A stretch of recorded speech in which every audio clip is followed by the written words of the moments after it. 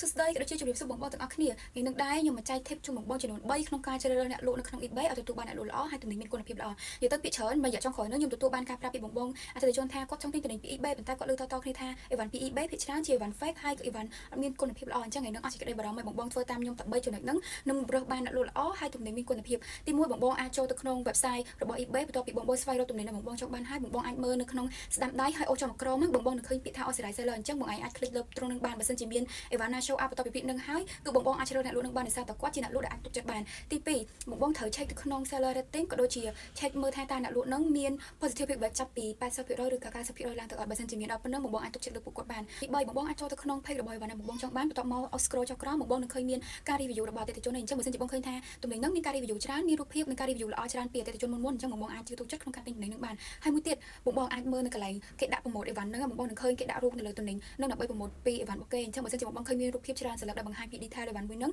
គឺបងប្អូនកាន់តែទុកចិត្តលើអ្នកលក់នឹងបានទៀតអញ្ចឹងសម្រាប់ព័ត៌មានបន្ថែមបងប្អូនអាចធ្វើការឆាតទៅកាន់ page ឬក៏ Telegram របស់ពួកយើងបាន